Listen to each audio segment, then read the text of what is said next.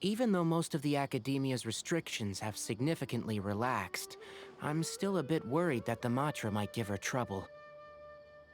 I need to stay here to keep an eye on the situation. Kale, can you head to Sumeru City and find out why she isn't here yet? Does it have to be me? I'd only assign a job this important to someone I trust. Are you not feeling well? Oh no, I'm fine! I've completely recovered. It's just that if I'm going to see her, I think I need to mentally prepare myself first. I know. You'll have a tough time if you go by yourself. If we could arrange for someone to accompany you.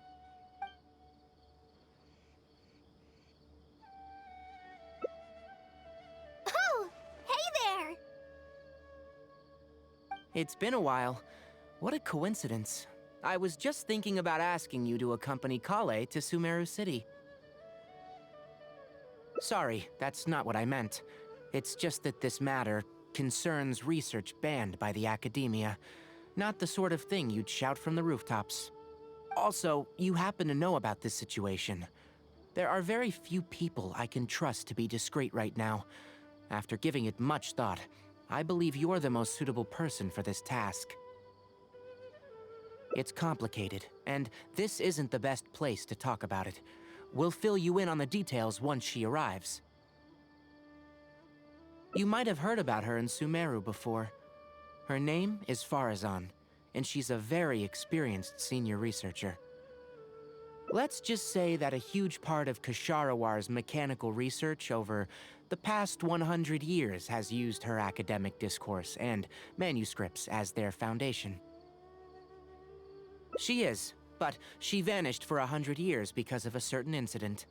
She only returned to the academia after being found in the wilderness a few years ago. Because of that, her current personality can be a bit, strange, as is her attitude towards Kale. I'm getting a headache just thinking about it. She doesn't have bad intentions, so you don't have to be scared. I'll try. Yes. Kasharawar and Spontamod researchers are often quite prejudiced, so I can't trust them with this matter. However, Faruzan isn't influenced by modern thinking. In our previous correspondence through letters, she indicated that she'd be willing to help. It's already past our arranged meeting time, but she still hasn't shown up. I don't think so. With her personality, it's more likely that she got wrapped up in some sort of trouble. Anyway, can you go with Kale to the academia and check on Faruzan for me? Thank goodness. I was so anxious. I'm counting on you two. Kale, don't push yourself too hard. Just go there and see what's going on. Our task is important, but not that urgent. If Faruzan really is in some trouble, come back and tell me about it. We can always reschedule our meeting. After all, if she's distracted by other things, it'll affect her ability to help us. All right, let's go! Sorry, what did you say? Oh, could you repeat yourself? As you know, I'm sure, hearing goes with age. Faruzan, I said that you need to give us an answer. Yes. And did you forget to add madam when you addressed me earlier? Your hearing is perfectly fine. Madam Faruzan, we don't want to make things difficult for you. However, you haven't been teaching courses or supervising theses these past few years. Isn't this rather problematic as an advisor? Never mind the students, even other advisors are starting to complain. And who, if I may ask, complained? If they have any issue with me, tell them to talk to me themselves rather than waste any of your time. You don't have to tell me anything. I very well know that it's those people from Haravatat. How I wish they'd put their time into doing proper research instead. But, Madam Faruzan, it has been a long while since you last made any practical academic contribution yourself. Ahem. Academic contribution cannot simply be divided between the tangible and the intangible. The issue here, I believe, is that the reviewer doesn't understand the very nature of knowledge itself. In any case, it makes no sense to use a metric like this to evaluate a mentor. Which sage set this rule anyway? I should write a letter of complaint right this instant. Wait! Madam Faruzan, please let me finish. That's her, all right. But the person with her doesn't look like a Matra. Shh! She hates it when people call her young! Her body apparently stopped aging during the year she was gone. So that's why she looks the same as she did 100 years ago. Okay, I think I'm ready for this. Let's go!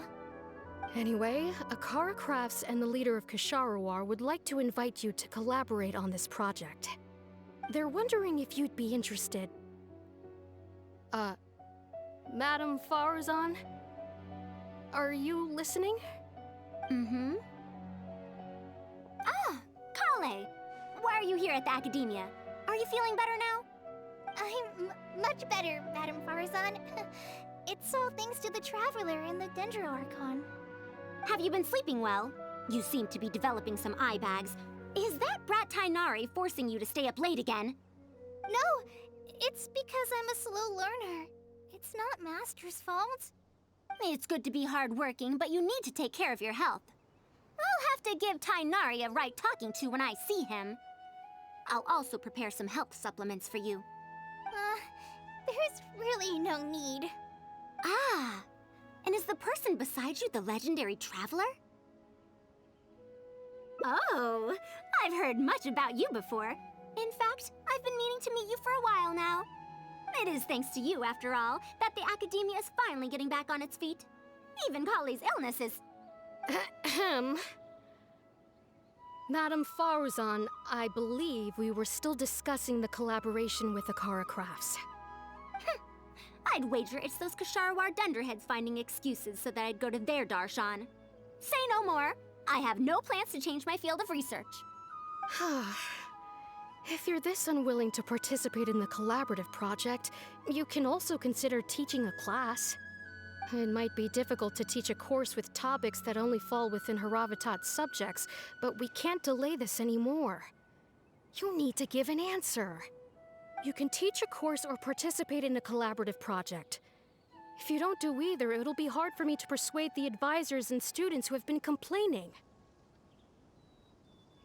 Could you not give me a few more days to consider?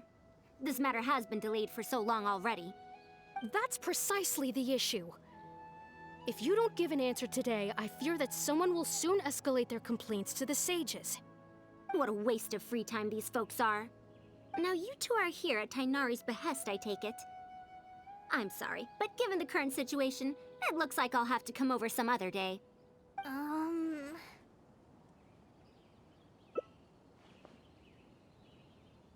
Of course. I shall need some time to think as well. What now? She seems so busy. Master said there's no rush, but I know that he's been busy working on something at Paradise DI, so he hasn't returned to Gandharvaville for several days now. I feel for Madame Faruzan, but I still want to ask her to come with us. But if I get her in trouble with the Academia, then she won't have the time to help Master. What should I do? Oh, this is such a headache.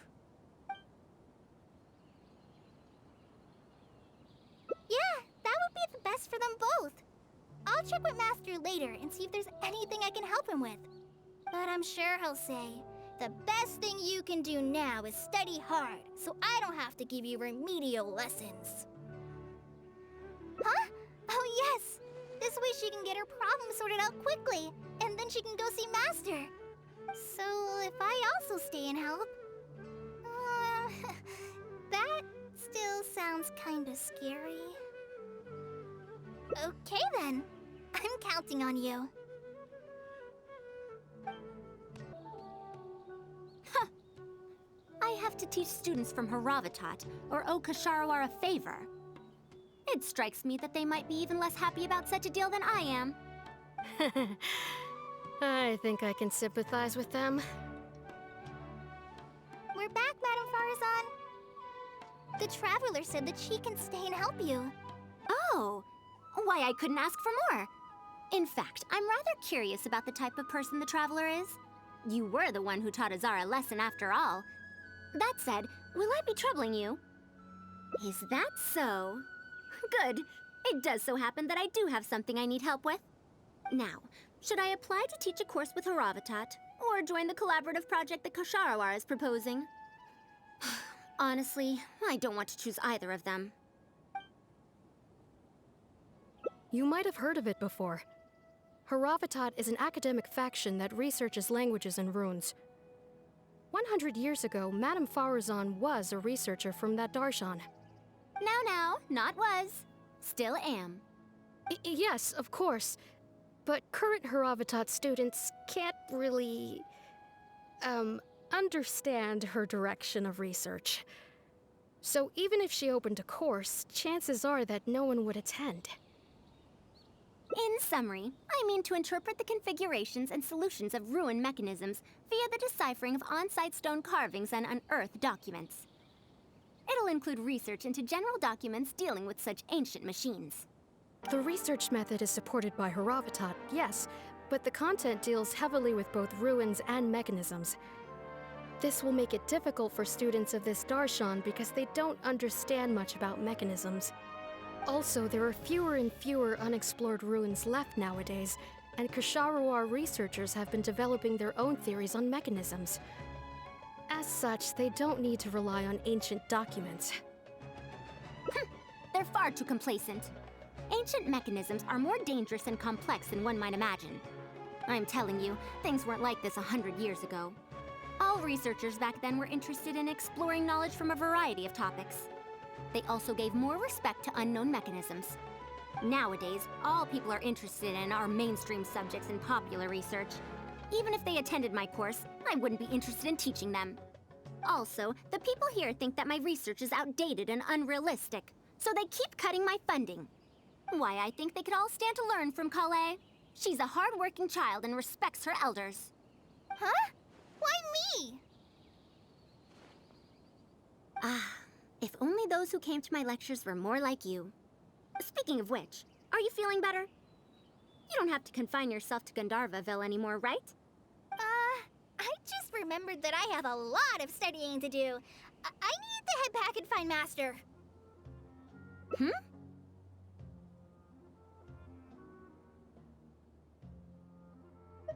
Are you telling me to start a reading course for Kale? Huh? Wait. Although Tainari has academic dealings with the academia, he isn't considered part of it. This means that Kale isn't technically a student.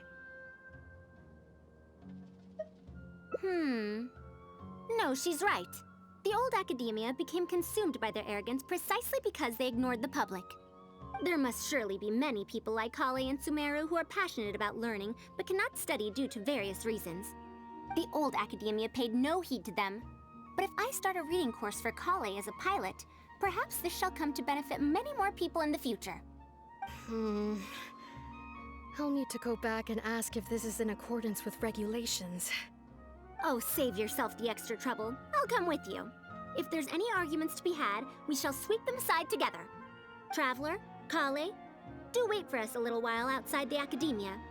I'll be back in just a moment. Wait! Let's catch up with her. I can't believe she rushed right in after we arrived. She's really headstrong. Oh, how did things turn out like this? No, not really. Madame Faruzan is a brilliant scholar. Even Master thinks so. If she's really going to teach me how to read, it'll definitely be much better than me bashing my head against the wall. It's just that she can get a bit too passionate sometimes. I don't know how to handle that. Maybe it's because she wants to take me in as a student? It's just like that researcher said. The academia has completely changed during the 100 years that Faruzan was gone. I don't really get it, but it does seem like Haravatat's students aren't optimistic about the prospects of doing research with her. Students who are interested in mechanisms and applications of the elements generally enroll in Kasharawar and Spatamad. Madame Faruzan also refuses to accept random students just to make up numbers. She still hasn't found a student she likes. But she seems to like my attitude toward learning, so she often asks me if I'm willing to become her student. It's because I'm a slow learner that I have no choice but to stay up late and study. Whenever she compliments me, I feel really guilty. It's not that. Madame Faruzan respects my choices. She hasn't been trying to persuade me, especially since she knows I need to rest and recuperate. She sometimes brings food to Gandharvaville for me, and each time she says that Master can't find out. Now that you mention it, it does feel a bit like that. Do I really look that young? Kale, Traveler, thank you for waiting. The issue has been resolved. I argued with the higher-ups and convinced them of the practicality and necessity of educating the general public. If I'm not mistaken, they're the students of my classmates' students.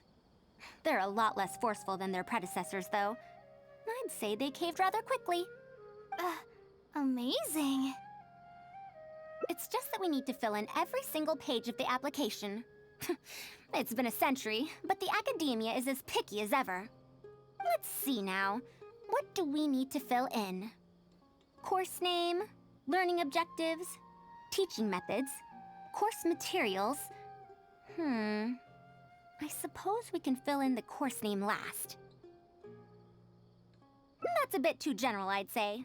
After all, this class's target audience isn't toddlers or children, but rather people who already know the basics of reading. As such, we'll need a more specific learning objective. How about proficiency in reading and writing? That's true.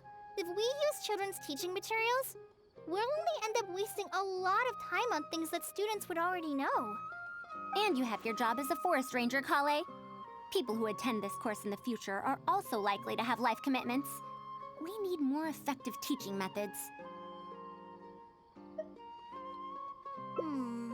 Master always tells me that practice is the best way to learn. That's why I often ask him to help me find simple books to read.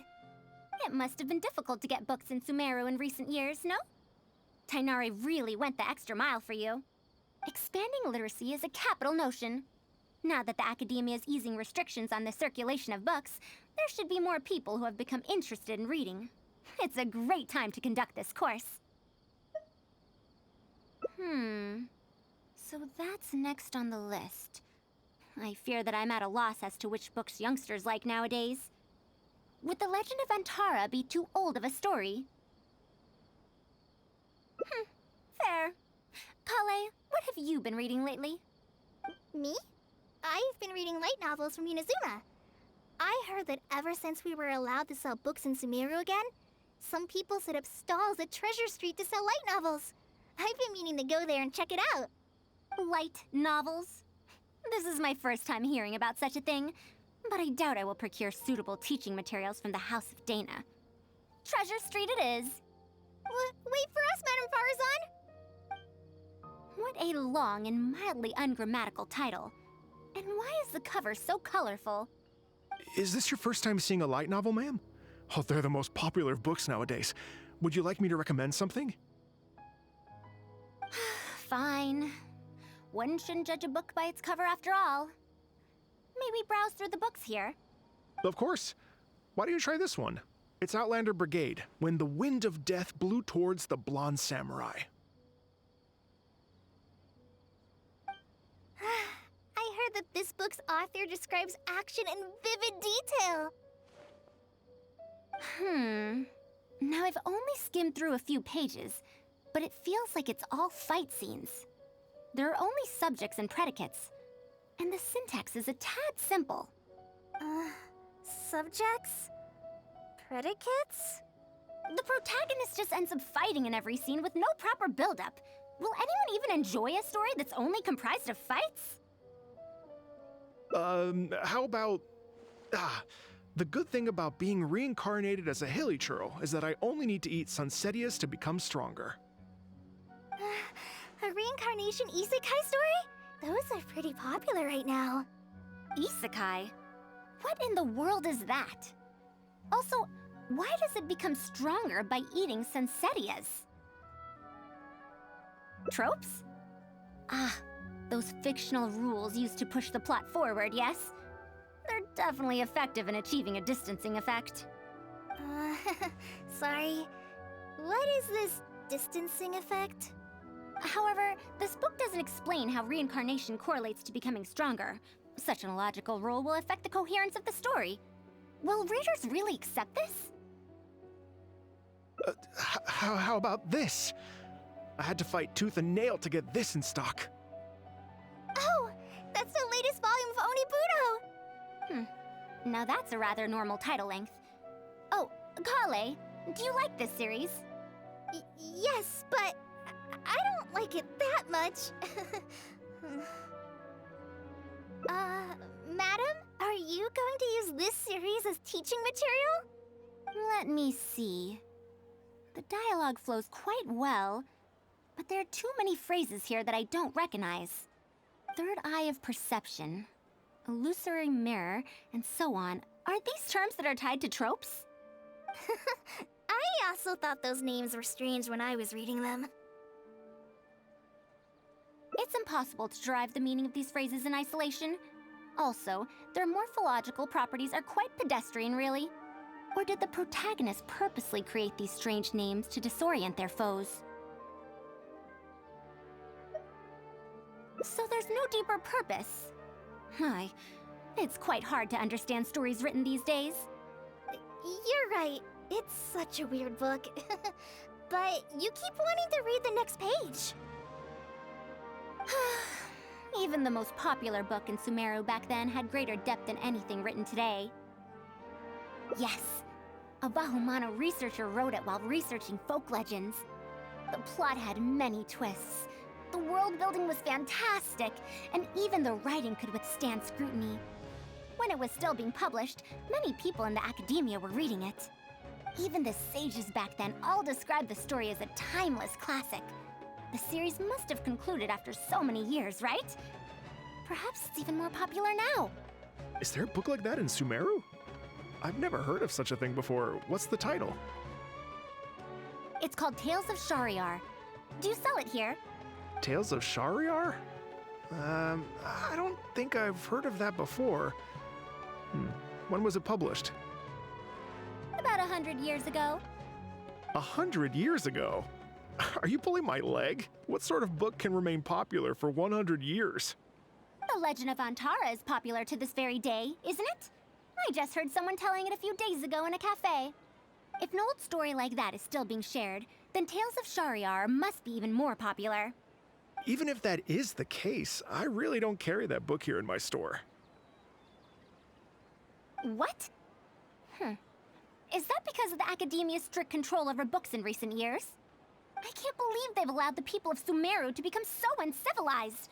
How can they not know about the Tales of Shariar? Tales of Shariar? Oh, wait!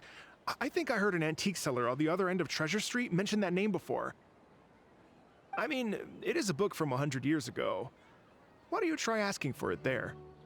Tales of Shariar is considered an antique now? How could the academia have let such an excellent work of literature be forgotten like this? Traveler, Kale, I'm going to get to the bottom of this. Let's meet at the antique sellers. Madam, wait! Oh no, this is bad. You asked me why I'm scared of Madame Faruzan, right? It's not because I don't know how to respond to her kindness. It's because I'm afraid of that ancient language she researches, because I can barely understand any of it. What if she uses ancient texts as teaching material? Even so, what if researchers from 100 years ago like to use ancient languages in their books? We've got to catch up to her! Found it! the 5th volume of Tales of Shahryar.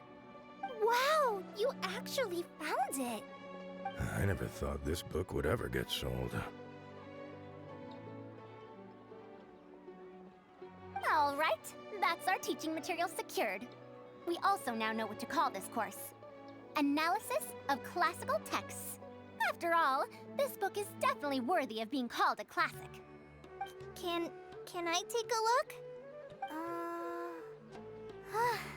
Luckily the language being used here isn't ancient at all. I can recognize a few words here and there. Huh? But why aren't there pictures in this book? As long as the writing is good, readers won't need any illustrations to imagine the scenes. Worry not, I shall thoroughly explain the difficult sections. You'll like this book, I know it. After all this time, I wonder if Aaliyah and Aziz ended up together. And who obtained the Desert Gem in the end? Sir, do you have the subsequent volumes of this series? I don't think so. Is that so? And here I thought I could finally read the ending. Never mind, I'll keep searching for the later volumes myself. If I'm to use it as a teaching material, it's better to start earlier in the series. Where are the first 4 volumes? Why aren't they all together? I don't have those either. Actually, this is the only volume I have. Is this series really that popular? No. It's not popular at all. Rather, there's absolutely no demand for it. No demand? Impossible! Back then, I'd come across at least 3 groups of people talking about it during a single stroll at the Academia. Seriously? No one told me that this book was anything special when I first got it. Where did you get this from? Can you still contact the seller? I'm afraid not. This book was sold together with a whole bunch of antique furniture. I didn't even notice it initially. Otherwise, the Matra would have come knocking. Wait, is this book actually worth a lot? It can't be, right? That's impossible. No matter how strict the Academia was, there's no way Tales of Shahryar could have fallen into such a state. I do remember a passerby skimming through the book a few days ago. However, he simply sighed and left. He sighed? Why would he react like that? Given the quality of Tales of Shahryar, he should have been entranced after a single glance. I'm sorry. Traveler, Kale, please give me a moment. I'd like to look through this book first. Why is there another misunderstanding between Aaliyah and Aziz? Also, why is there no mention of the Desert Gem at all? And a new character is introduced with no foreshadowing at all? Also, what are all these new names and terms? Is this really the Tales of Shahryar I know? Well, that passerby reacted in much the same way. It's Mada from the cafe over there. You know, the fellow who spends all day telling the legend of Antara. Since that's also a very old story, maybe he knows a thing or two about that, Tales of, whatever it's called. Then let's go ask around at the cafe. Huh? Madame Faruzan? Huh? Oh, yes. Let's go. Another day, another empty room. Excuse me? But are you Mada? Yes! Are you here to listen to my story? Well, we actually came to ask about something else. I see. Sorry. It's fine. I'm used to it, more or less. So, how can this terribly unpopular storyteller help you? Do you know about Tales of Shahryar? Huh? Tales of Shahryar? Why, I can barely remember the last time anyone talked about it. My master always talked about how incredibly popular that book used to be. However, I tried reciting a few chapters of it at the cafe, and I found that it's even less popular than the Legend of Antara. Your master? Yes, the one who taught me how to be a storyteller. He said that Tales of Shahryar was written by his master's master's master. He also said that this great-great-grandmaster was an academia researcher, and that even the sages liked the series. He wrote 4 volumes back then, and the reviews just got better and better. You couldn't find a single person in Sumeru who hadn't read his books. And then? What happened next? Why doesn't anyone know about Tales of Shahryar now? Oh, it's hard to tell when it comes to trends.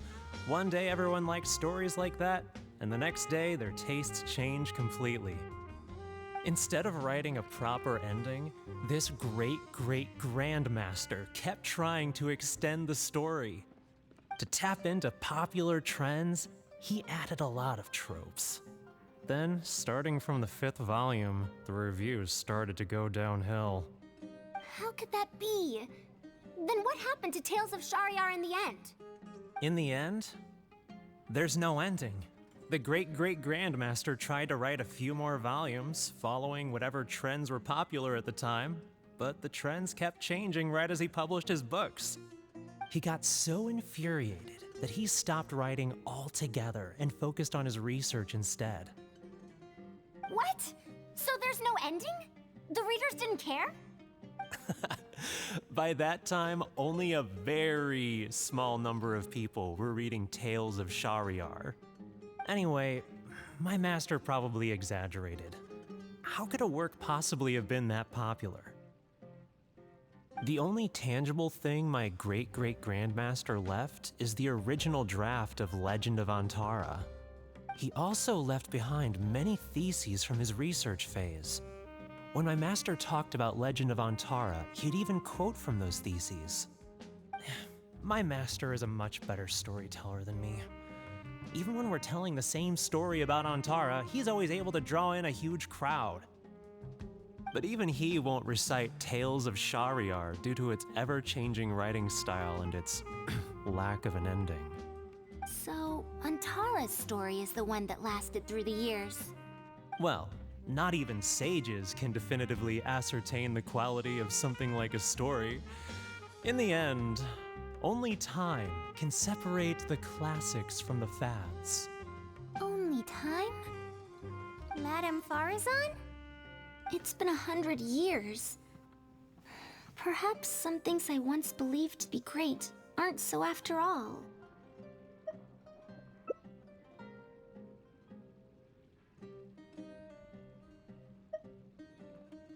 Yeah! Master helped me find a lot of famous books at first. But in the end, I realized that I couldn't get into them. No matter how good those stories are, I can't improve my skills if I can't bring myself to read them in the first place.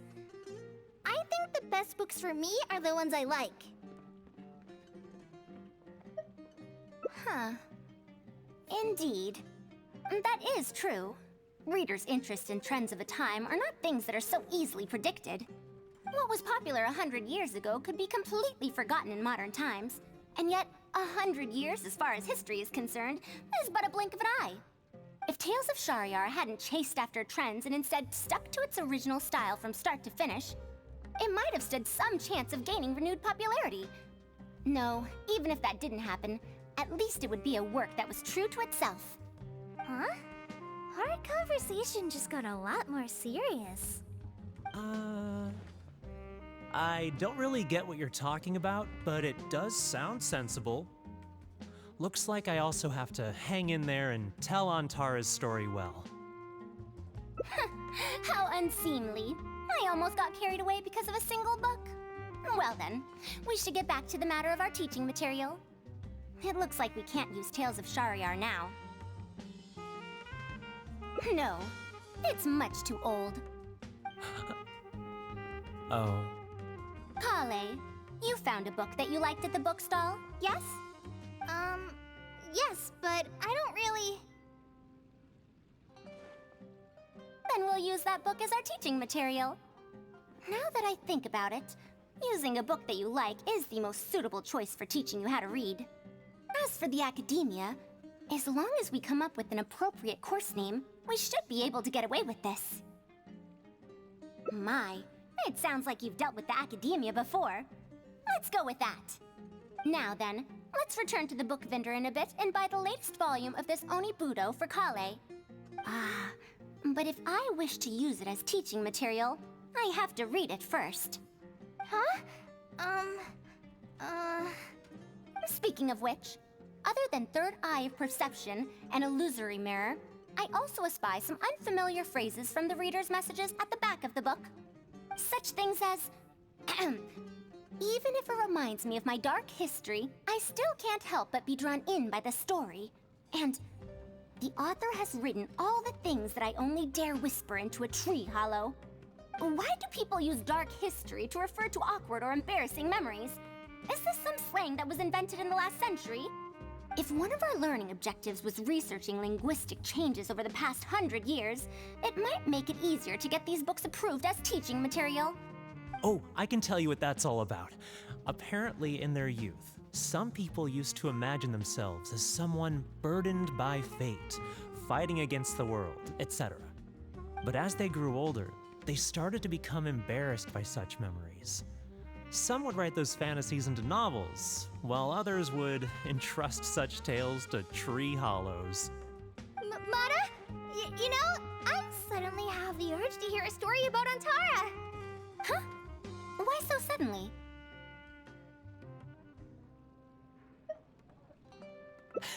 I knew it. There will always be people who love the golden oldies. Now, let me tell you all about the ancient hero, Antara.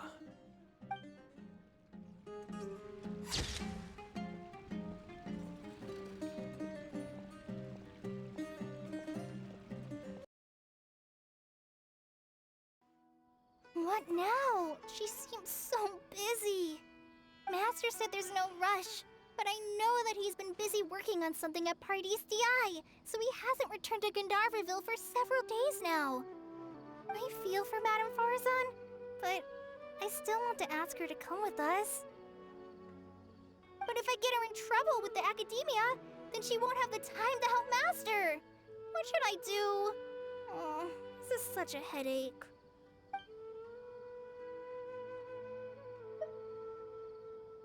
But if someone does complain to the academia, wouldn't it make Faruzan's situation more awkward? And if the academia investigated and found her at Paradise DI, things would get even worse for her. Do you have some way to invite her over to Paradise DI without stepping on the academia's toes? Okay then, I'm counting on you. I have to teach students from Haravatat or owe Kasharawar a favor. It strikes me that they might be even less happy about such a deal than I am. I think I can sympathize with them. Madame Faruzan, we're back! Sorry for asking again, but are you sure you can't go to Paradise DI today? Well, since you're asking me so sincerely, let's just ignore the academia and... Please, Madame Faruzan, focus. Today's the deadline. Huh? Yes. I see. No wonder he sent you two over. Why, that lad didn't make it very clear in his letter, now did he? Otherwise, I would have reported it as part of my research. Yeah, that's right! Master sent us over to explain everything to you. Wait. Opportunities for collaborative research don't just come out of thin air. This seems like too much of a coincidence. Also, there isn't much overlap between Madame Faruzan's research and that of Amorta, right? What will you even be collaborating on? Master wants to research, A fully automated irrigation system. A fully automated irrigation system? Precisely. It's a system that can automatically adjust the amount of water it provides based on the season and the plant species involved. I saw a similar mechanism while exploring a rune in the rainforest. That's why Tainari wanted to collaborate with me. A mechanism like that exists? Why haven't I heard of it before? I found it 100 years ago, so it's only natural that you don't know about it. Why don't you go ask your teacher's teacher? Perhaps they've heard about it from their teacher. But we can't prove its existence one way or the other, right? Fret not. I'll have Tainari write an official proposal to the Academia later. That should do it, right? An official proposal. Fine. We haven't made any progress with either the collaborative project or the elective course anyway. I'll go inform my superiors now. Please do take care of the paperwork as soon as possible. Don't delay this any longer. Sure. I'll be sure to needle him until he gets it done. Phew. I think she bought it. Even though this is our first meeting, I must say, we make a good team. Wow! You made up that excuse on the spot, huh? Madam Faruzan, did you really find an irrigation system 100 years ago? If the Academia asks for any details... Who knows? It's been 100 years, so it wouldn't be too surprising if I've forgotten a few details, no? Huh? Then how will we explain things to them? I'll let Tainari worry about whatever documents we might need to send to the Academia. If I'm right, the request he has in store for me won't be any simpler than the Academia nonsense. Master! We're back! Huh? Where did he go? You don't have to shout. I can hear you. Well, you got here much faster than I expected. I thought you'd have a lot more business to take care of. Thanks to the Traveler, I was able to, pawn off various problems of mine onto others. Onto others? What does that mean? We can discuss that later. You're looking for me because of the thing you mentioned in the letter, right? That's right. Please, follow me. A monster? Why is there a monster here? Don't be scared, Kale. This is the mechanical life form the Traveler and I saved a while back. Its name is Karkata. It's the final work of a late junior of mine. You mean Abatui? He must have been a genius to create one of such polish all by himself. It's uncommon that a Spontamod researcher is able to create such an intricate machine. If he were still around, we could probably chat the day away. What a shame. Something seems wrong here. Have you been maintaining it? Mechanical life forms are much more fragile than they look. Is Karkata sick?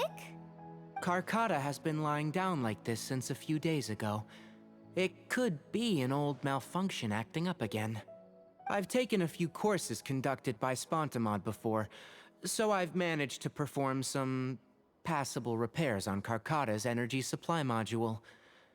However, it seems the issue this time is with its transmission. My knowledge can only prevent its condition from deteriorating any further. But Madame Faruzan, you should be able to find a way to repair it. Not necessarily. Mechanical life forms are created using techniques from alchemy, elemental science, and more. There are multiple modules here that influence each other. A simplistic knowledge of mechanisms will not serve here. You know that as well. Each mechanical life form is very different from the next. So even I cannot be sure if my understanding of mechanical life forms is going to be of any use to our little crab friend here. Karkata. Can you all go outside for a minute? I need a bit of space.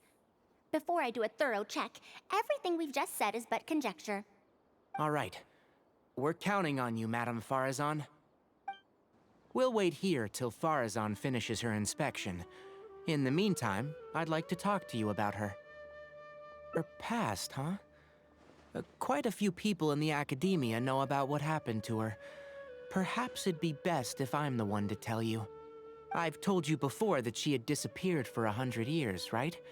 From her perspective, trapped might be a more apt description. Her exact words were, That ruin was crawling with traps and coded inscriptions from wall to wall. I did all I could to decipher the code and deactivate the traps to escape the ruin, but there was no way out. I lost track of time and I ran out of pen and paper. In the end, I had to use stone shards to write on the walls and on the floor to decipher the code. Then, before I realized it, I ran out of space on the walls and floor. I had to calculate all the possibilities in my mind. After that, my memory started to become fuzzy, and my cognition slowed down. She doesn't remember anything else, including the location of the ruin and how she finally managed to escape. When she was found in the outskirts of Sumeru a few years ago, she looked exactly the same as she did 100 years prior. However, she was in a stupor and struggled to form sentences. Only after a lengthy recovery period could she speak again. The academia speculates that she must have gotten trapped in an unknown ruin while researching machines a century ago. And because of the ruin's special properties that halted her aging, she was able to use those 100 years to crack the trapping mechanism and then escape. Though she had finally broken free, 100 years had passed. Everyone she knew and everyone who knew her was already gone. In the end, even the academia had to rely on century-old records in the Akasha to confirm her existence. Don't make that face. I'm not telling you this because I want to drum up sympathy. She wouldn't want others to pity her because of past events. Rather, she sees that period of entrapment as an experimental error. As a researcher, she must accept everything that results from her experiments, even if they don't fall within expectations. Even after going through so much, she's returned to Sumeru and still hasn't given up on her research. Due to changes over the years and drift in academic subjects, she holds some rather strong opinions about the current academia, and she has no shortage of detractors herself. What I want to say is that no matter what era we're in, Faruzan is a true senior researcher, in every sense of the word. She has her own deep understanding of various ruins and machines. If there's a chance, you should talk about them with her. It'll definitely be helpful for your journey. Master, Madame Faruzan's done. Oh, let's head over. With any luck, she might have figured something out. I never thought that I'd encounter a restitution module once again after 100 years. Abatui really installed quite a few impressive things on this. If my guess is correct, this mechanical life form has displayed attempts at self-sustenance before, right? Such as collecting parts to repair itself, for instance? It used them for something else, but as far as its design goes, it does have a function like that. I knew it. If I'm not wrong, Karkata's issue lies with its restitution module. Abatui's modified this module extensively, but the core parts and design philosophy are very similar to the principles as I know them. They are all based on principles learned from the ruins. The creators of the ruins machine once tried to create a perpetual mechanism that could replace life or even surpass it. The restitution module is the result of one of their countless attempts. It replicates the behavior of living things to achieve a self-repair function. However, the energy required in maintenance of the module became an issue. Energy consumption? Maintenance? For example, a living thing's heart can deliver nutrients and blood to various organs. However, the bigger the living thing, the more powerful the heart needs to be. Once the heart is damaged, it'll be hard for that living thing to heal itself, and even the function of other organs can be affected. Thus, the attempt wasn't widely adopted. Even 100 years ago, I'd only seen it once before. Oh dear, this is going to be a problem. Based on my current research, I'll need to swap out the damaged parts in the restitution module to repair Karkata. But like I just said, the module is rare, even by the standards of ancient machines. Not only that, but there is very little related research documentation available. Finding suitable parts would be like trying to find a single gear in the vast desert, to say nothing of the difficulty in making those parts from scratch. One can only wonder where Abatui found the original parts. I might have an idea. Abatui was, for a time, quite passionate about excavating the Great Red Sand. This was when he had just gotten expelled from the academia. You mean to say he found a restitution module in the desert? Well, that is indeed possible.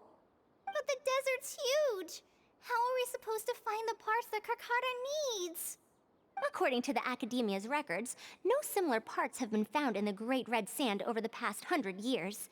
If we want to try our luck, we'll have to explore ruins that have never been explored before. I do know that a Vahumana researcher formed an expedition team after the sandstorms and earthquakes subsided. They are now exploring areas of the desert that used to be difficult to access. Should we ask them if they've made any new discoveries lately?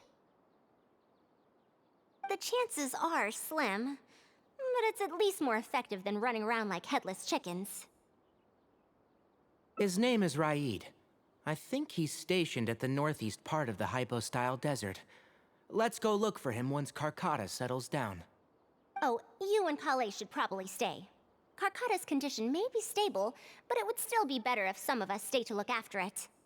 Besides, you still need to take care of the trouble that the Academia left for me. Trouble from the Academia? I thought you said that you pawned it off to someone else. Wait. Don't tell me.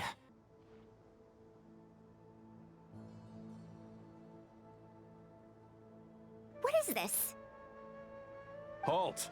Mr. Raid's permission is required to proceed any further. That still won't do. Mr. Raid told us to keep people away from the ruins so they don't damage the site.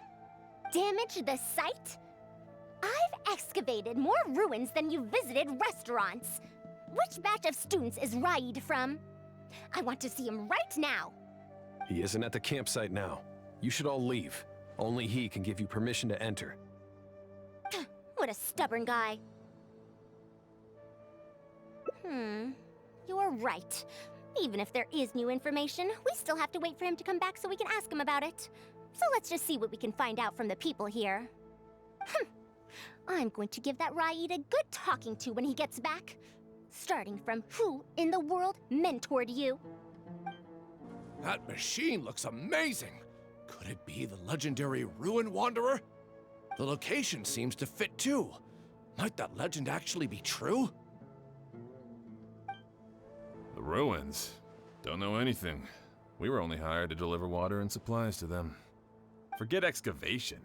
They won't even let us get close to the camp where they're staying. This area used to be ravaged by frequent sandstorms, but it's been calm lately for some reason. They say that this was done by a single traveler? But seriously, is such a thing even humanly possible?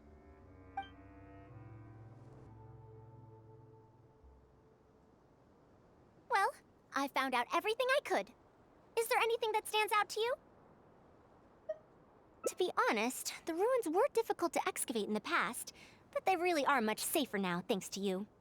However, I'm more concerned about this Ruin Wanderer they speak of. Ruin Wanderer. That's the first time I've heard that name.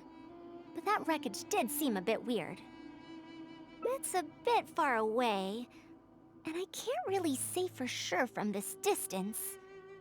Perhaps we should ask the villager from before about the legend first. Huh? What are you guys doing back here? I wouldn't blame you for not knowing about it, youngsters. After all, it's a tale that's over a decade old. It's said that this monster, the Ruin Wanderer, traversed through various ruins for centuries. Many adventurers had claimed to see it while exploring. Some said that it was like a giant, while others said that it was like a beast. However, none knew why it wandered the ruins. Then, about 10 years ago, we stopped hearing any news about it in Sumeru. No one has seen it since then, and the legend has since faded into memory. You youngsters probably don't know about the Ruin Wanderer nowadays, but it was famous for centuries. Centuries? Impossible. I heard nothing about it back then. It could only have been around for a few decades at most. Wait, back then. Indulge my curiosity for a moment. Why do you think that wreckage is the Ruin Wanderer? Well, I had also heard that secondhand from... You heard that nonsense from the Eremites after they got drunk, right? Who are you? Madam Faruzan, it is a pleasure. I'm Raid, the one who organized this archaeological expedition. I'd heard of you at the Academia, but I didn't expect to run into you here. Truly, it is an honor.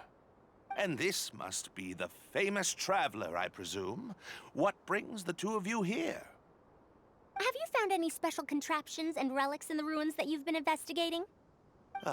I'm ashamed to say that we haven't found anything noteworthy, even though we've been investigating for a while now. Really? That Ruin Wanderer isn't noteworthy to you? I'm afraid those are mere rumors. Really, I sometimes wish that those people would put as much effort into their work as they do into gossiping. You're right, sir. I'll get back to work now. The wise do not buy into rumors, so it is said. I believe that you too, Madam Faruzan, do not put any stock into such baseless talk. It is also said that real knowledge shall come from practice. I can help you research the excavated relics and see if I can find out anything new about them. You can take credit for any new discoveries. I believe this offer to be sufficiently attractive. In truth, I could ask for nothing better than your help with our research. However, you two must be tired after a long journey. I'd feel bad if I set you to work immediately. It's getting late, and my subordinates and I are heading back to the camp to rest. Why don't you find a place to spend the night first? We can continue our discussion tomorrow. There are tents over there that the villagers occasionally use to rest. The condition is a bit simple, yes, but I hope you won't mind. Since you need to rest as well, let's do just that. This is quite far away. Are they trying to prevent the villagers from eavesdropping on them? This suits us just fine, though. This way, they won't overhear our conversations either. Now, I have my suspicions about this archaeological expedition team and that machine wreckage. I only caught a quick glimpse, and it was from a distance. But based on the condition of the armor and joints, it didn't seem like something that had been lying around for centuries. At most, I'd estimate that it only stopped moving about a dozen years ago. Yes, the timing coincides with the spreading of the legend. Now, assuming that it really is the Ruin Wanderer, how do you suppose it was able to maintain a relatively good condition despite high-intensity operation over the course of several decades? That's right. Technically speaking, the module shouldn't be able to move such a large machine chassis. However, I'm basing my knowledge on the mechanical life forms I've seen before. Well, this was over 100 years ago. It was a machine about the same size as Karkata, actually. It couldn't carry heavy objects or fight, and was only able to help me record some notes. It also helped me deliver letters home. I found it near the desert, which is why I wondered if there might be more restitution modules buried around here. Honestly, people in ancient times might have already solved the problem of providing enough power for all I know. I'll need to research this properly. Had I confronted Raid right there and then, he would have said that he couldn't tell that the machine was special. Then he'd just hand it over to the Academia obediently, and he'd get away scot-free. If the wreckage were to be handed to the Academia, it'd be much tougher for us to do research on it or get spare parts for Karkata. Anyway, we should figure out what they're planning before making our next move. They insisted that we should stay the night, which means if they're trying to pull a fast one on us, they're likely to try tonight. We must be vigilant.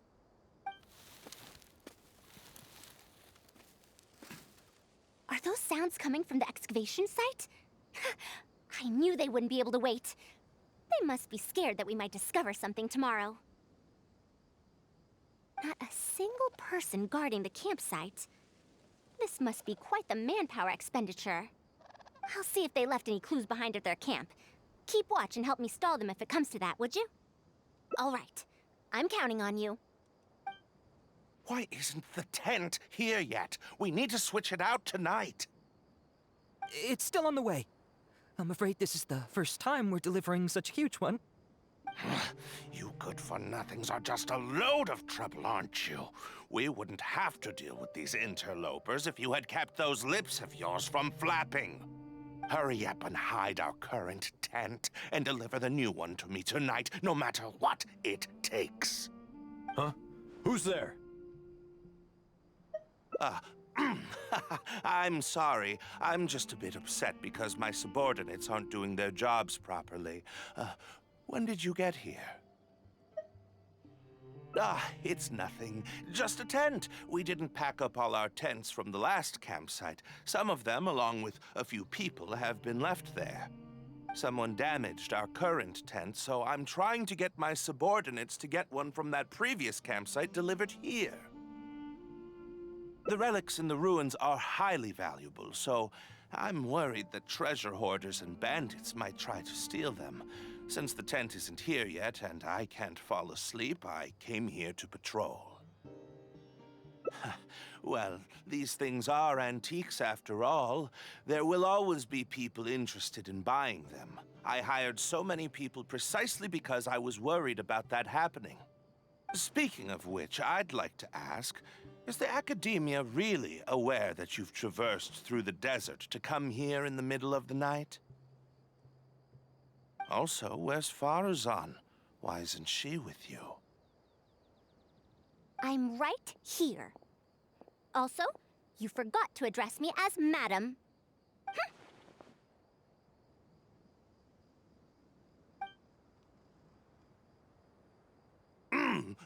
Sorry, Madam Faruzan. You were all making so much noise that I couldn't sleep, which is why I got the Traveler to find out what was going on. But for some reason, that one task took forever, so I came to check in on the situation. I'm very sorry for disturbing your rest. I'll tell my subordinates to be quieter on patrol. Good. Come on, Traveler. Let's head back. Yes, we came to check out the situation, didn't we? Well, we've already done that. We should get better rest so that we'll have energy to investigate tomorrow.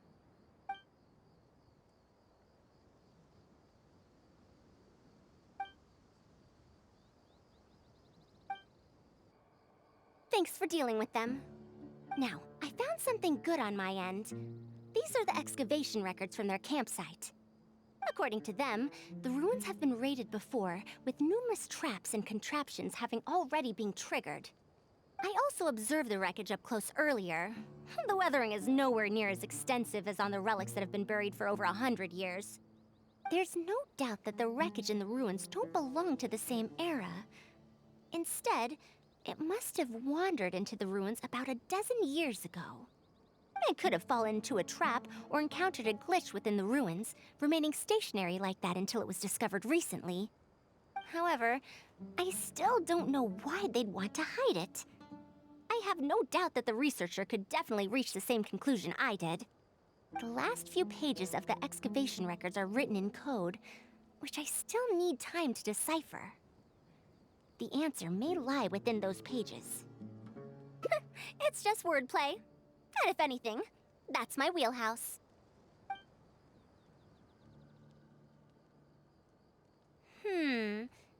Just a bit more. I see now. Help! Please help! Why are you running away? Come back! Protect me! What's that sound? Is it? The Ruin Wanderer? Reactivated? That's impossible! Is this the work of some kind of hidden mechanism? Never mind. We have to focus on saving lives first. I'll cover them. You go stall the Ruin Wanderer. What? It ignored the Traveler? Why is it chasing after us? What could have caused it to reactivate? And to give chase? Darn it! Hey, come on, you lot! It's clear that we can't escape, so let's just attack it!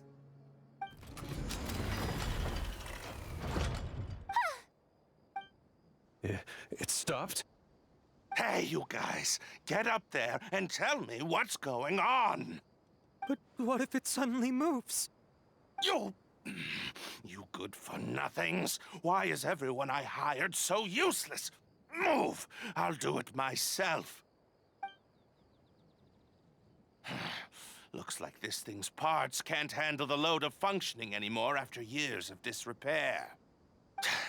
When it first reactivated, I was wondering if it'd be as amazing as the legends had pegged it to be. I didn't expect it to be so much weaker than it looks. How disappointing. Disappointing, you say? Now, is that because you won't be able to sell it for much? Faruzan, you may be my senior as an academia researcher, but that doesn't mean you get to slander me. You wrote these excavation records, did you not? Or perhaps calling it a ledger might jog your memory a bit better. I don't recognize that thing. January 3rd, excavated 5 tents. January 5th, 3 tents sold. January 10th, 1 special tent pre-sold. It must quickly be switched out with an old tent. You're supposed to be an archaeological expedition team, and yet here you are, secretly selling the relics and profiting from it. When you believed that you had found the wreckage of the Ruin Wanderer, you tried to switch in wreckage that you had excavated previously to pull the wool over the Academia's eyes. After all, there would probably be many wealthy buyers interested in purchasing the legendary Ruin Wanderer in the black market, yes?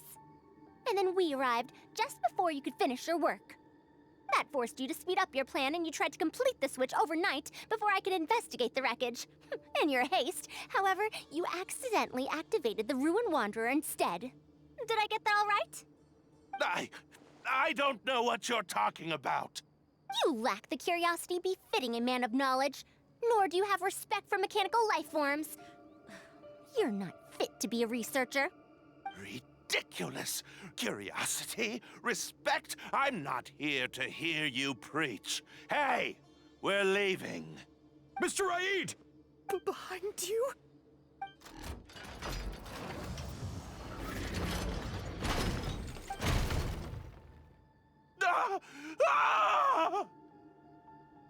Why is it moving again?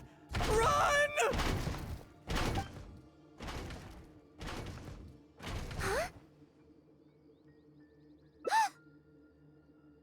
Some said that it was like a giant, while others said that it was like a beast. However, none knew why it wandered the ruins. Technically speaking, the module shouldn't be able to move such a large machine chassis. However, I'm basing my knowledge on the mechanical life forms I've seen before. Centuries? Impossible. I heard nothing about it back then. It could only have been around for a few decades at most. Why is it chasing after us? So you've been looking for me this whole time?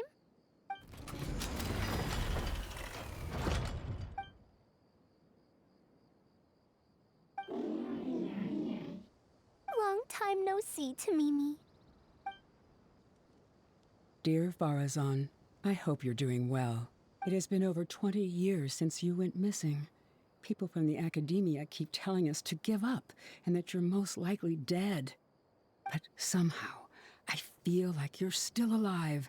Yes, that you live still in some corner of this world.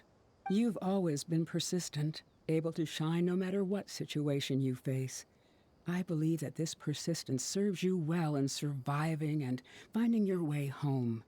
Unfortunately, I likely won't be able to welcome you home when you do. I don't have much time left, and my reflexes have slowed. Others keep telling me to stop exploring ruins. Only Tamimi is still the same as before, always running off to places which you've been to. Your teacher and friends came up with an idea to remodel Tamimi so it can search for you in our place. You didn't like coming home back then and would always get Tamimi to send a letter back. Now we're leaving a letter with Tamimi. I wonder if it'll ever be delivered to you. I don't know the answer to that question, but if you ever read this letter, I hope it'll be when you've already found your way home. I regret not being able to say this to you myself, but I'll still feel sincerely happy for you, my dear daughter. Welcome home, Faruzan. Look at you, Tamimi. You've changed so much after all these years. Thank you for waiting for me all this time. I've safely received the letters. Your work is done now. You can sleep.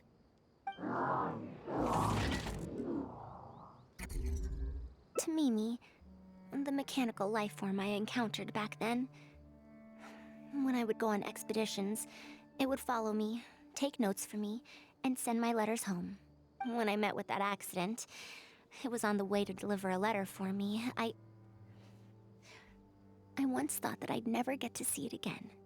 I didn't expect my teacher and others to remodel its self-repair function, upgrading it to self-learning.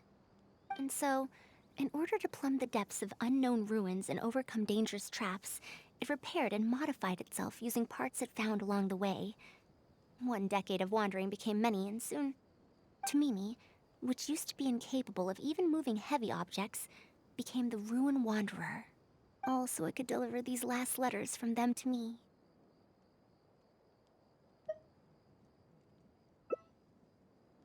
The strain to support such a huge body must have turned out to be too much for your heart, right?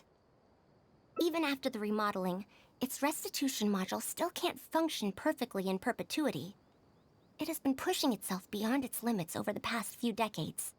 Just like a living being, mechanical life forms have a limited lifespan. It probably became trapped in the ruins all those years ago because its shelf life had run out. It most likely only reactivated because it detected my presence. And then it mustered up everything it had to deliver that last letter. Now, it can finally rest in peace. Tainari told you what happened to me, right? You don't have to apologize. It's not like this incident is a secret in the academia. Besides, I've always treated it as a failed experiment. As a researcher, I must accept this result. However, finding out that so many people were affected by my failure does make me feel somewhat conflicted. Can you head back to Pardis DI first? We've been here for a while, and it's best not to make Kale and the rest worry. As for me, I want to stay with Tamimi for a bit longer. Just a bit. You're back! Ah, how was your journey through the desert? Wait, where's Madame Faruzan?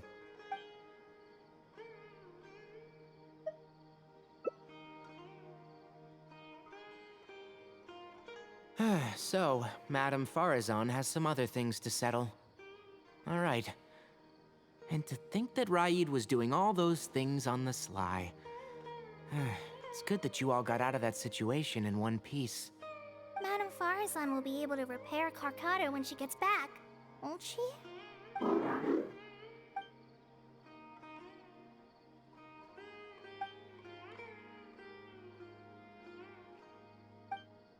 back!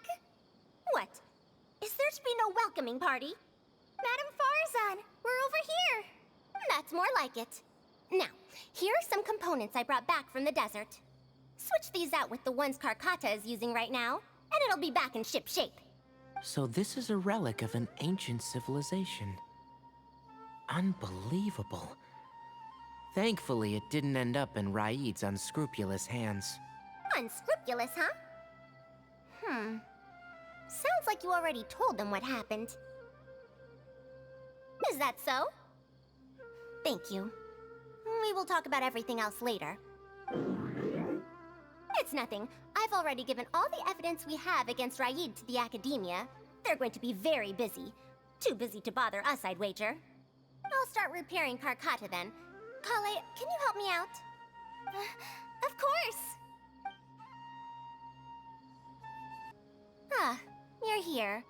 Thank you for keeping Tamimi a secret. If I tell them about Tamimi, will they still feel happy for Karkata? Even if we could convince them to accept the components, they'll probably still feel bad about it.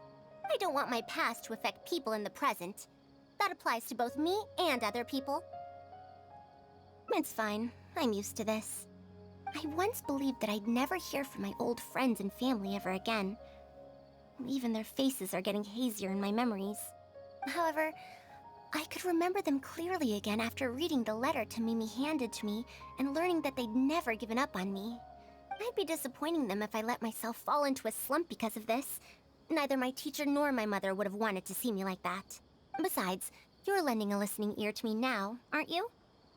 Oh, Pardeus DI looks pretty scenic at night. Will you take a stroll with me? Once Karkata's condition stabilizes, I'll find a chance to tell Tainari and Kale about all that. But for now, just help me keep this secret. Thank you. Whether it's 100 years ago or now, I have people who worry about me.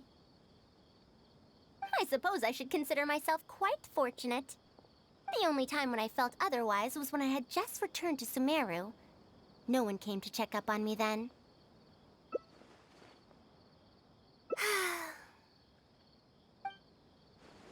Yeah, I'm home.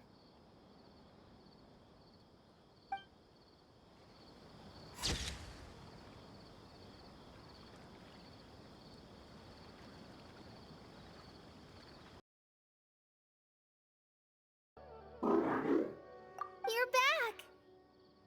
Ah, how was your journey through the desert? Wait, where's Madame Faruzan?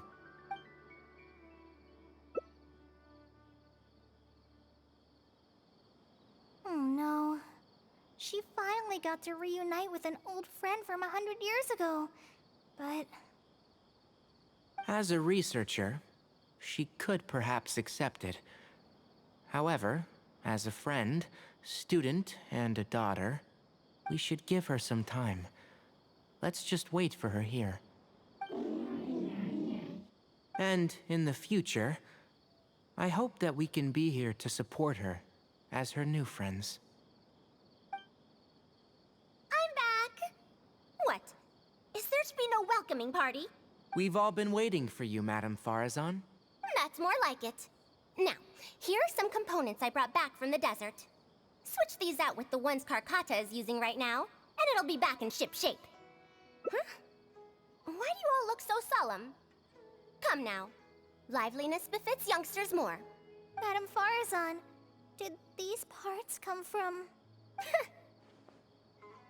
Come now. I thought that you must have encountered some major problem. This isn't something you have to worry about. Well, it looks like you already know everything, but no need to feel bad. Like I said before, as researchers, we must learn to accept our failures. Tamimi had been operating beyond capacity for a century, and I'm unable to repair it with my current abilities.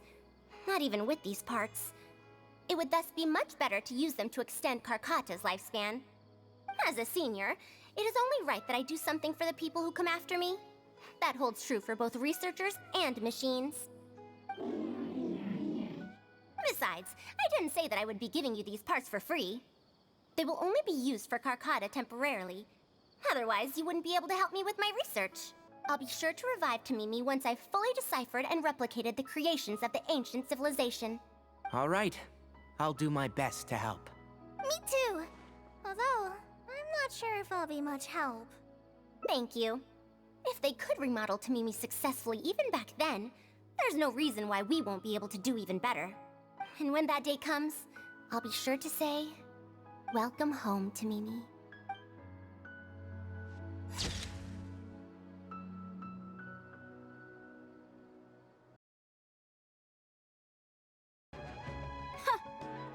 I have to teach students from Haravatat, or owe Kasharawar a favor.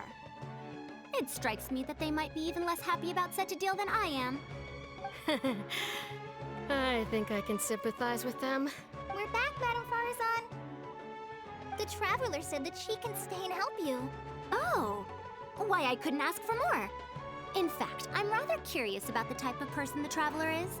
You were the one who taught Azar a lesson after all. That said, will I be troubling you? Is that so? Good. It does so happen that I do have something I need help with.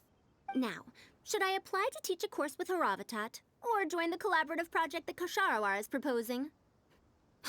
Honestly, I don't want to choose either of them.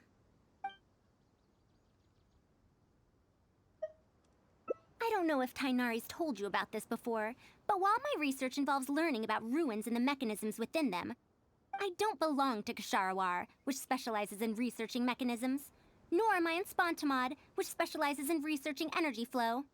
Instead, I'm part of Haravatat, which specializes in languages and scripts. She has been invited to Ksharawar multiple times to continue her research, but she's rejected them each time. Just listen to how they introduce themselves.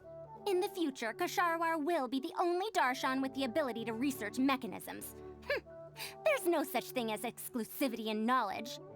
Besides, the current Ksharawar is more concerned about how mechanisms can be used in everyday life, while my research involves textual analysis of ruins. If they're trying to use the collaborative project as an excuse to have me reconsider again... No, that's not it. The request this time is from Akara Crafts. The representative of Ksharawar recommended you to them, Madame Faruzan. In truth, she told me that it's because she respects you a lot. Oh, respect? Oh, my. Putting aside my ideological differences with Ksharawar, I suppose I must acknowledge this attitude of theirs. At the very least, they're bounds above those decrepit Haravatat fools. Yeah, Akara Crafts is a pretty nice shop. Since both of you feel as such, I shall first hear this proposal. In summary, Akara Crafts wants to design a series of early learning toys that will cultivate curiosity and learning in children. Early learning toys. Interesting. The academia agreed to work with them because they hope that these toys can help children become excellent researchers in the future. True. The current academia is in need of some new blood. If the children start learning now, perhaps I can find some talented students in a few years. Madame Faruzan, you still haven't found any students? Anise, Kasharawar's representative, should be staying in the inn at Port Ormos. If you want more details, you can find her there. Port Ormos? Now there's a place I haven't been to in a long time. I wonder how much it's changed. I probably can't join you since Port Ormos is a little far from here. I should probably go back and report to Master, and then review today's homework. No worries. Go do your homework, Kale. Once I'm done with everything here, I'll head over to Pardistii. Thank you. Why, I'd even call this a rare chance for a curious researcher like myself to observe the legendary traveler up close. Madame Faruzan! Oh, it's really you. Did you change your mind? All right, calm down. Let me be clear. I'm still not all that interested in Ksharawar. I'm just here to see how the project is going. After all, you're here as representatives of the academia in this collaboration. The reputation of all research is at stake here, so I will not simply stand by should mistakes get made. Either way, it's good that you were willing to come. Now, we've given Akara Crafts many ideas over the past couple of days. However, their owner thinks that our designs are too complicated, which will drive production costs too far up. That's expected. Students who have never had to deal with budgetary constraints probably don't understand how important it is to keep costs low. How enviable. Oh, If you join the Ksharawar, your budget will be as big as you want it to be. I guarantee it. That's enough. I will not repeat myself. Take me to Akara Crafts owner first, if you please. All right. He's usually at the slope up ahead recruiting volunteers to test out his toys. Let's just head over. Mamdu, the one I recommended is here. Oh, so you're, Madame Faruzan? Yes, that's me. Ah, wonderful. We haven't been able to make any progress on our collaboration recently. We've made many suggestions, but Miss Anise thought that those ideas were too simple and wouldn't be effective in training the mind.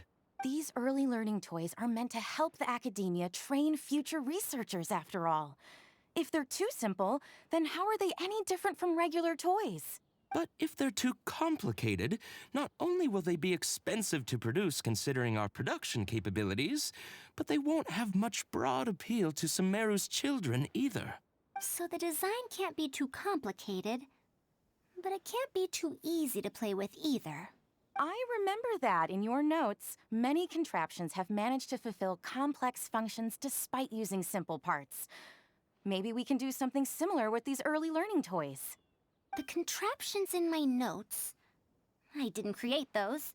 I simply took the contraptions in the ruins apart and analyzed them. But now that you mention it, the ruins did have things like that. Do you have a pen, paper, and scissors?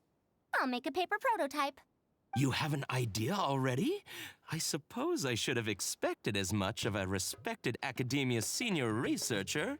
We do have those. Yes, please, help yourself.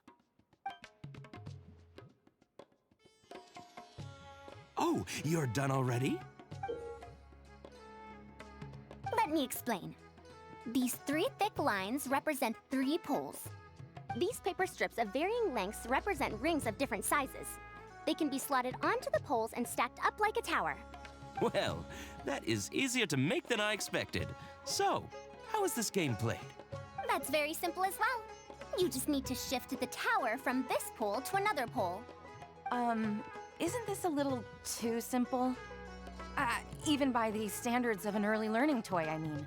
Of course, when moving each ring, the paper strips in this case, you must follow one rule.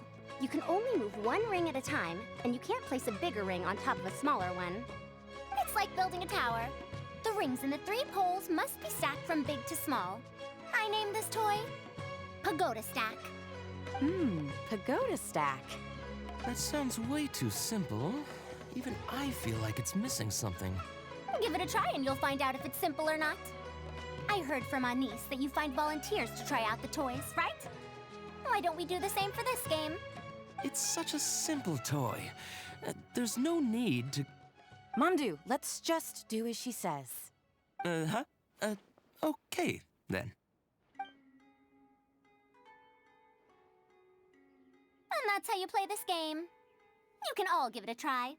Let's see who's able to move the tower to another pole in the smallest number of steps. You called everyone here for such a simple toy? It doesn't look like it'll take that many steps. Come on, we all promised to help Mr. Mamdu test out the new toys. He said he'd give us new Genius Invocation TCG cards.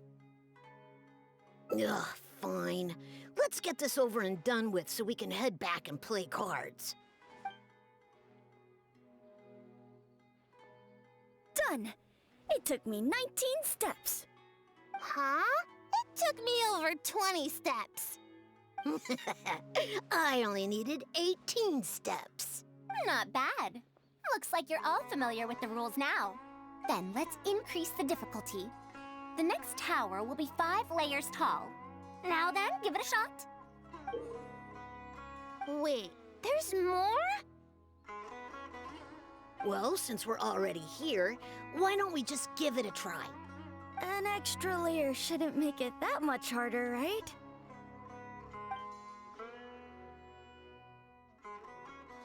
What's going on? I've already moved over 30 steps, but I'm still not done yet. I'm almost done. Looks like I'm the faster one this time. Done! It took me 35 steps. What? How? This pagoda stack toy is pretty fun to play with. Good. We'll try it one final time. This time, we'll add 2 more layers, making 7 layers in total. Mamdu, we've still got quite a few paper strips here. Why don't you give this a go as well? Do you need that many steps for something this simple? Let me try. Madam Faruzan, allow me to try it as well.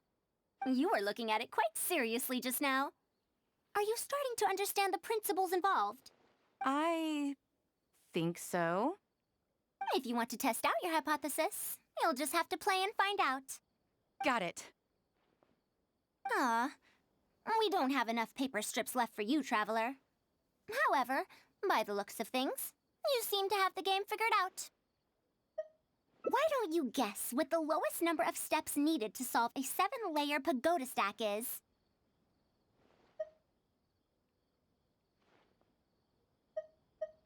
What a shame. You were close. However, you did well for someone seeing pagoda stack for the first time. Let's see how well they do then. If I move this small ring, then the big one won't be able to go on top of it. Oh, this is going to take more steps than I expected. I've lost count of how many steps I've taken. Can I restart? This got a lot harder. I solved it! Madam Faruzan, it takes 127 steps in total. That many? But there are only 7 layers. For every extra layer in the pagoda stack, the move order you need to consider becomes much more complex, and the number of steps required will at least double. More accurately, it will require double the steps, plus 1 each time. You did well. You didn't underestimate the principles behind it just because it's an early learning toy. The complexity of any given contraption isn't determined by the number of parts it has. The way the parts interact and the rules behind how it operates are important too. Oh, I see. No wonder you emphasized in your notes that no contraption should ever be underestimated. I see. So even a simple toy can become complex with the right set of rules. That's right. The rules used for Pagoda Stack are the simplest kind when it comes to ancient contraption-making techniques. I could spend some time picking out all those machines that do something similar and write you a reference book. Once that happens, you can give the volunteers the reference book and paper prototypes and find out which toy is the most popular. Do you have any other toys? Yeah! When can we play with them? In about 2 days or so, I think. Anise, if you're free, can you help me with the illustrations for the reference book? Of course. I'd be honored. 2 days should be enough for us to find more volunteers. Then we can organize a huge conference here, at which we can announce which toy we'll be making. You'd be most welcome. We need more people to get a healthy range of opinions. The more, the merrier. Thank you for coming here with me today. I'll walk back with you. I'll be going then. Say hi to Tainari and Kale for me if you can. Once everything here is settled, I'll make my way over to Pardistii as quickly as I can. Anise, we haven't had much time to get to know each other, but she seems like a good kid. She's able to calmly figure out the basic principles behind something without being influenced by others. I'll do my best to teach her over the next few days. Still, how much she learns will really depend on her. Well, her interest lies in the application of mechanisms. I do have some old knowledge to share, but if we think about the future, it's easier for her to learn the things she's interested in if she stays in Kasharawar. My research into mechanisms is, in a sense, a side effect of my research into ancient texts. If she becomes my student to learn how to make modern contraptions, it wouldn't benefit either of us in the long run. However, if she develops an interest in deciphering ancient texts over these next 2 days, that would change things. If I successfully poach a student, those young punks at Haravatat will have one less reason to cut my budget. Perhaps if this collaborative project goes smoothly, I can even ignore Haravatat and ask for a higher budget directly from the academia. Oh, I could come up with lots of ideas. With Anise's help, 2 days will be enough for our work. However, I'm still undecided as to the style of the reference book's text and illustrations. You're right.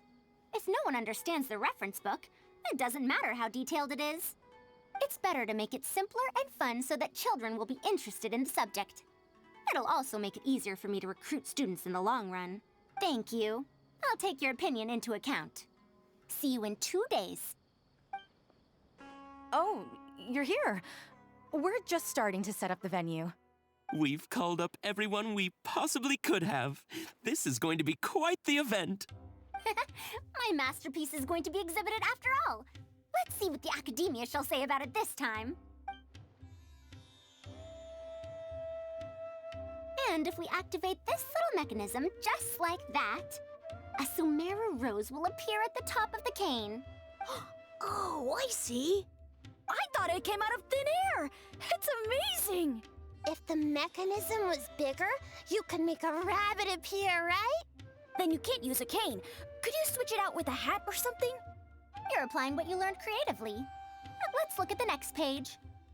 If you fold an origami bird like this, it'll fly further and more stably. Whoa. You can make a mechanism using just a piece of paper? The principles at play are even more important than the parts that make up a mechanism. These are pretty cool. I'm tempted to try them out. I'm not that interested in toys, but if they'll be beneficial for children's development... Everyone, we have paper prototypes and craft materials that you can use to make your own toys. Come try them out. This is such a well-prepared event. I'll give it a go. But we want to play too! It's fine. We have a lot of paper prototypes and craft materials. All feedback is also welcomed.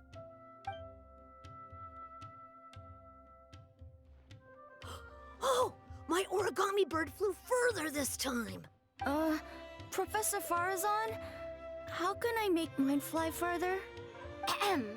Just madam will do. Maybe in the future, you may indeed get the chance to call me Professor. You may wish to pay attention to these few details. Here, for example. All right, try it again. Wow, it really did fly farther! Madam Faruzan, will we learn origami at the Academia? Of course you will. If you become a researcher, you can explore any field you like to your heart's content. In the future, if you want, you can even become one of my students. But Mom and Dad said that there are 6 Darshans in the Academia. Wait, was it 7? Which Darshan teaches about mechanisms in origami?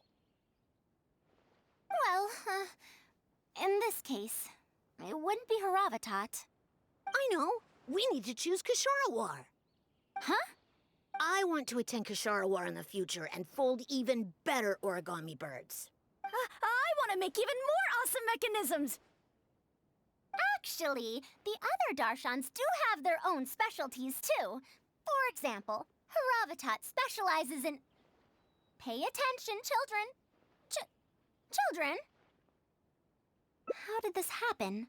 What if we end up in a Darshan we don't like? Does that mean that we won't get to learn about the things we do like? No, that won't happen. Take me, for example. I'm a researcher from Haravatat, but I research mechanisms. See? The only person able to restrict your curiosity as a researcher is you. Do you understand what I'm saying? Not really. Huh. It's all right. You still have a long road ahead of you. Now, do you want to learn about some other machines? Let me tell you a story about pressure-based mechanisms and elemental monuments.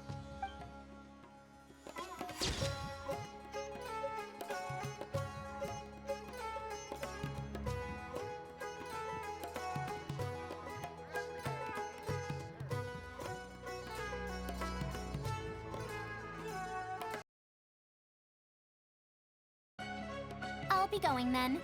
Say hi to Tainari and Kale for me if you can. Once everything here is settled, I'll make my way over to Pardistii as quickly as I can. You want to ask why I'm unwilling to join them, yes?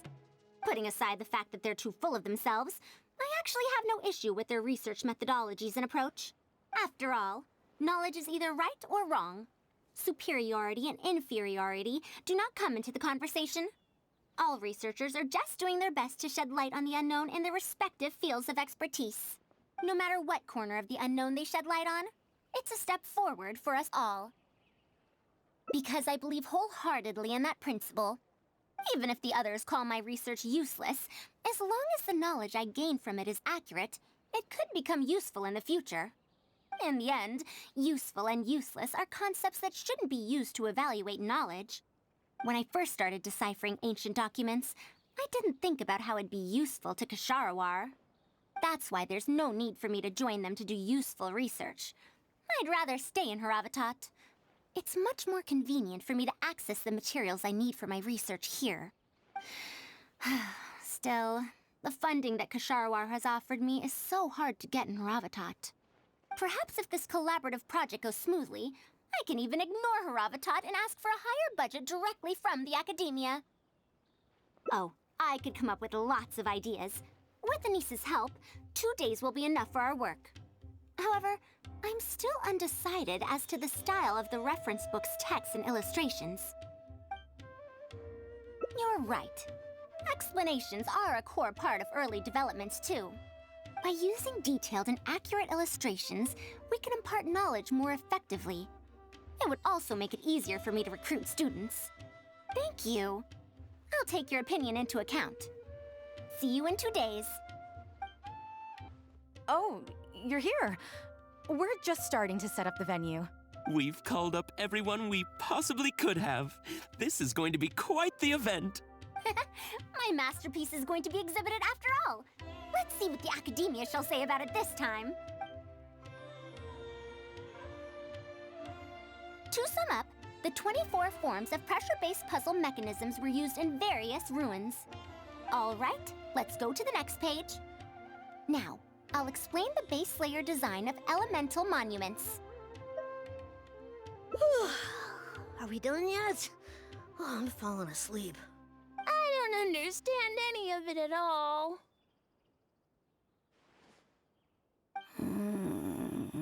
Are these really toys? They sound a bit too dangerous to buy for children. Oh. Well, we've prepared paper prototypes for everyone.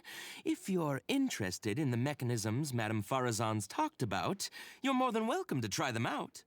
Oh, this is no fun. Can I try another toy? I want to go home and play Genius Invocation TCG. Forget it. I don't think anyone would be interested. I should go home and take care of my children.